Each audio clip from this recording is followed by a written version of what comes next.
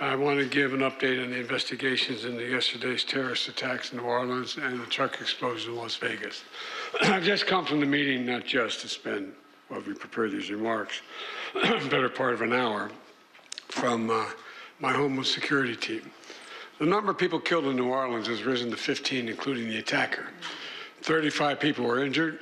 Today, the FBI briefed me that, as of now, we have no information that anyone else is involved in the attack.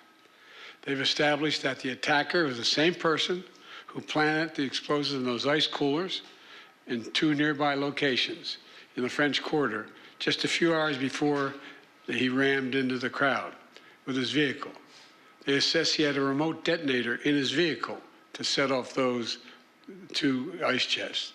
So there's no question that, remember all the talk about other people were involved, placed in, they have him, they have established he's there, and even established that he had a detonator to explode those ice chests.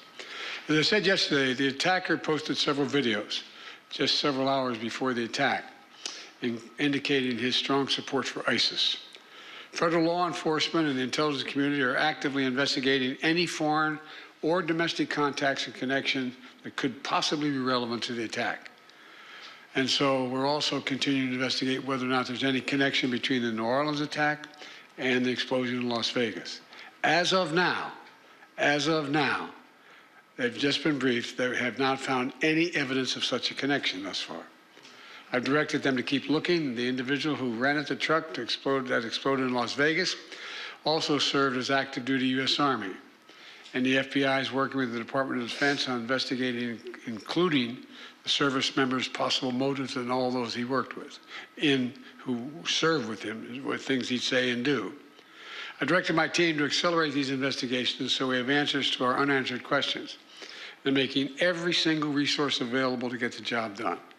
And we're going to share the facts as soon as I learn them so the American public doesn't have to wonder.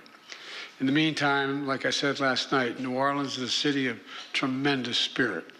You can't keep it down. You really can't. And we're seeing that today. The Sugar Bowl is back on. Kickoff is going to take off very shortly. If I don't get this damn thing done, we're going to be in real trouble. And the FBI has handed control of Bourbon Street back to local officials. Security of the area has been reinforced, and they should be open for business later today, the Bourbon Street. People in New Orleans are sending an unmistakable message.